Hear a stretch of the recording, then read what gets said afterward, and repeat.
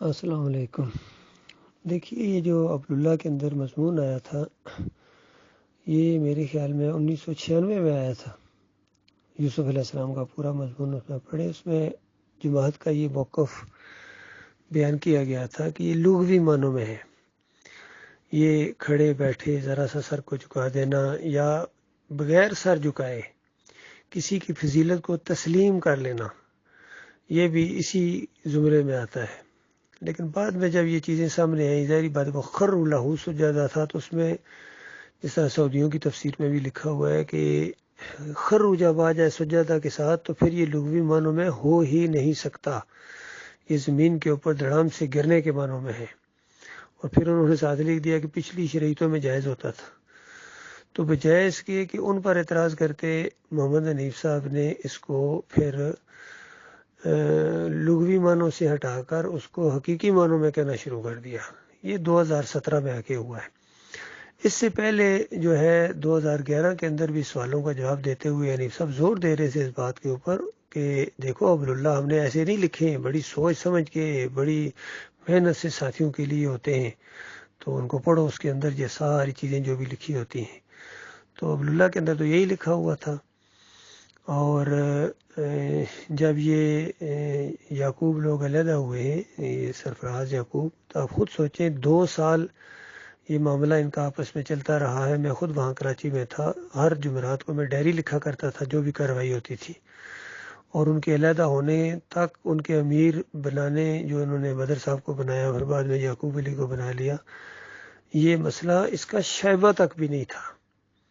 اور علیحدہ ہونے کے تقریباً 2.5 سال یا 2.25 سال بعد یہ مسئلہ ان کا آپس میں اٹھا تھا، سعید احمد کا، لانڈی والے کا اور یعقوب علی کا۔ اور سعید احمد اس کو حقیقی سجدہ مان رہا تھا، اور یعقوب علی جو تھے وہ عبداللہ کے اس موقف کے مطابق کہ نہیں، یہ حقیقی سجدہ نہیں ہو سکتا ہے، یہ تو پھر شرک ہو جائے گا۔ تو ان کی جب آپس میں کشمکش ہوئی، تو اس دوران میں ظاہری بات ان کے پاس ڈاکٹر صاحب کی کیسٹیں بھی کافی تھیں، تو وہ ڈاکٹر صاحب کی کیسٹ بھی سامنے آ گئی، ایک نہیں بلکہ 3 آ گئیں۔ ڈاکٹر صاحب بحثیں کیا کرتے تھے مولویوں کے ساتھ۔ تو اب جب وہ یہ چیزیں سامنے آ گئیں تو یعقوب علی نے اچھا کیا اس انداز سے کہ انہوں نے اپنے موقف کو بدلی کر دیا، بلکہ انہوں نے اس سے رجوع بھی کر دیا اپنے کسی عبداللہ کسی تحریر کے اندر، کہ ہم اس موقف سے جو عبداللہ رسالے کے اندر آئی تھی یوسف علیہ السلام کے مضمون کی شکل میں، تو ہم اس سے رجوع کرتے ہیں۔ اچھی بات ہو گئی، کوئی بندہ بھی اچھی بات اختیار کرتا ہے تو اس میں کوئی ایسی بات نہیں۔ لیکن معاملہ یہ ہوا کہ چونکہ محمد حنیف صاحب کی اور یعقوب کی ضد بہت بازی تھی، اب یہ چونکہ انہوں نے پہلے موقف اختیار کر لیا تو محمد حنیف اس کے الٹ پر ڈٹ گیا۔ اصل میں یہ ہوا، ان کی ضد بازیاں ہوئی ہیں، تو محمد حنیف صاحب نے سعید احمد کی سائڈ لینا شروع کر دی، اور دونوں گروپس نے اپنا ایک کتابچہ لکھا۔ یعقوب علی نے لکھا، سرفراز نے اور یعقوب علی نے، وہ ایک سجدہ کے نام سے۔ تو اس میں وہ ساری یعنی وہ قرآنی آیات بھی لے کر آئے اور ہر اینگل سے ثابت کیا کہ یہ اللہ کو سجدہ ہے، سجدہ شکر ہے۔ اور اس کے جواب میں سعید احمد نے ان کو جواب دیا کہ نہیں، یہ یوسف علیہ السلام کو سجدہ ہے۔ تو وہ جو سعید احمد نے کتابچہ لکھا تھا، محمد حنیف صاحب اس کو آگے پیچھے دکھاتے تھے بغل میں دبا کے۔ تو یہ ان کا آپس میں معاملہ ہوا ہے۔ تو یقین کیجئے کہ 2016 میں بھی میری گفتگو ہوئی ہے، چونکہ ان کا کتابچہ آ چکا تھا یعقوب علی لوگوں کا۔ تو ہماری جب آپس میں گفتگو ہوئی تو محمد حنیف صاحب نے 2016 میں یہ بات کہی کہ دیکھو ہم تو ابھی عبداللہ کے موقف کے اوپر ہیں، اور یہ یعقوب علی لوگ ہیں، انہوں نے وہ موقف چھوڑ دیا ہے۔ تو پھر 2017 کے اندر جب محمد حنیف صاحب نے اس کو حقیقی سجدہ کہنا شروع کر دیا، تو اس وقت پھر میری گفتگو اسی جگہ یقین کیجیے ان کے بیٹے کے گھر بیٹھ کے، کیونکہ میں سال بعد جاتا تھا، وہ جو چک شہزاد میں ان کے بیٹے تھے اسلام آباد میں، تو وہاں اسی جگہ بیٹھ کے جب بات ہوئی تو میں نے کہا بھائی یہ تو سجدہ حقیقی معنوں میں کیسے یوسف علیہ السلام کو ہو سکتا ہے، حقیقی معنوں میں تو اللہ کو سجدہ۔ ڈاکٹر صاحب کی کیسٹیں بھی آ گئی اور بڑا بہترین موقف ہے، اور قرآن کا فہم یہی ہے کہ یہ شکر گزاری کا سجدہ ہے، یہ اللہ کو ہوا ہے، یوسف علیہ السلام کو نہیں ہو سکتا ہے۔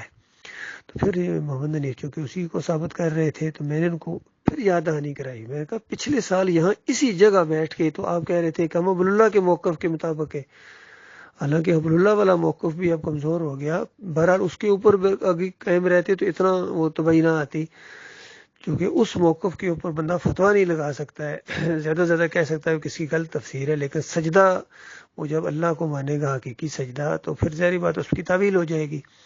تو حالانکہ ہم اس کے بھی قائل نہیں ہیں، وہ تو جب کھل کے باتیں سامنے آئیں تو وہ موقف بالکل باطل قرار پایا کہ وہاں اس مضمون کے اندر انہوں نے گویا ایک بیج ڈالا تھا اور شیطان نے یہ کروایا تھا۔ تو جب احساس ہو جائے تو غلطی مان لینی چاہیے۔ دیکھیے کلو ابن آدم الخطاؤن، آدم کا ہر بچہ غلطی کا ہوتا ہے پتلا، اور خیر الخطاؤن التوابون، بہترین خطا کرنے والے وہ ہیں جو توبہ استغفار کرنے والے ہیں۔ جب بھی نئی چیز ان کے سامنے آئے، یعنی اچھی چیز، صحیح چیز، درست چیز ان کے سامنے آئے، تو موقف کو قرآن کے مطابق کرنا چاہیے، صحیح حدیث کے مطابق کرنا چاہیے۔ تو جو اس طرح کی مسلک پرستی والا انداز ہے یا دوسرے لوگوں کی جو تفسیریں ہیں، مشرکانہ تفسیریں، ان کو چھوڑ دینا چاہیے۔ یہ محمد علی صاحب نے نہیں کیا ہے، بہت بڑا ظلم کیا ہے۔ تو بہت سمجھایا ہم نے ان کو، یقین کیجئے یعنی 7 مہینے ٹوٹل، پہلے 3 مہینے سمجھاتے رہے، پھر نہیں جب سمجھے پھر 3 مہینے ہم لوگوں کو سمجھاتے رہے کہ دیکھو ان کو سمجھاؤ، ان کو یہ ان کی وجہ سے یہ بہت تباہی آنے والی ہے جماعت کے اندر، اور تم مسلک پرستوں سے بھی نہیں بات کر سکو گے۔ تو پھر وہ 3 مہینے گزر گئے، پھر 1 مہینہ ہم نے مزید لوگوں کو اوپن باتیں رکھی کہ دیکھو یہ 2-3 آدمی ہم نے نام بھی لیے کہ دیکھو یہ ان کا عقیدہ کم از کم ٹھیک ہے، یہ آپ کو عقیدے کے لحاظ سے پٹڑی سے نہیں اترنے دیں گے، تو ان میں سے کسی کو امیر بنا لو۔ کہ ضروری ہے محمد حنیف صاحب کو؟ حالانکہ محمد حنیف صاحب کے اوپر پہلے بھی شیطان کا وار ہوا تھا، خود انہوں نے کہا تھا، اعتراف کیا تھا کہ ان کے اوپر شیطان کا وار ہوا ہے، اور ان کے اوپر اگر ان کی بات مان لی جاتی تو جماعت کی بنیاد کے اوپر چوٹ پڑتی۔ تو آپ غور کیجئے، اس وقت اگر ان کی بات مان لی جاتی تو بنیاد کے اوپر چوٹ پڑتی، اور اب اگر انہیں کی بات مانو گے تو چوٹ تو پڑے گی، بنیاد کی چوٹ پڑی ہے، بنیاد اکھڑ گئی۔ تو یہ مسئلہ ہے میرے پیارے بھائی۔ پھر جب انہوں نے بالکل ٹس سے مس نہیں ہوئے بلکہ ریئیکشن کرنا شروع کر دیا، انہوں نے ناظمین کو اپنے ساتھ ملا لیا، تاکہ وہ مساجد جہاں اللہ کے سجدے والے تھے، چونکہ ٹرسٹ کے انڈر تھی، انہوں نے وہاں تالے لگا دیا۔ اندازہ کہ 6-7 مہینے ٹیکسلا والی مسجد تالا لگی رہی ہے۔ کتنا بڑا ظلم ہوا ہے۔ اور بلکہ انہوں نے بیچنے کے لیے بھی ہمیں آفر کر دی تھی کہ ادھر چونکہ ہمارا کوئی ساتھی نہیں، وہ کہہ رہے تھے چونکہ وہاں اللہ کے سجدے والے تھے، تو کہتے ہیں اگر وہ خرید لو بے شک۔ تو آپ غور کریں، یہ ان کا ذہن ہے، یہ ان کا فہم ہے۔ تو بہرحال وہ ہم خرید تو نہیں سکتے تھے، انہوں نے کافی مہنگی اس کا ریٹ لگایا تھا۔ تو پھر معاملہ یہ ہوا کہ ہمارے ساتھی کا ایک مکان انہوں نے وہاں سے خرید لیا، تو ہمارے ساتھی وہاں سے چلے گئے۔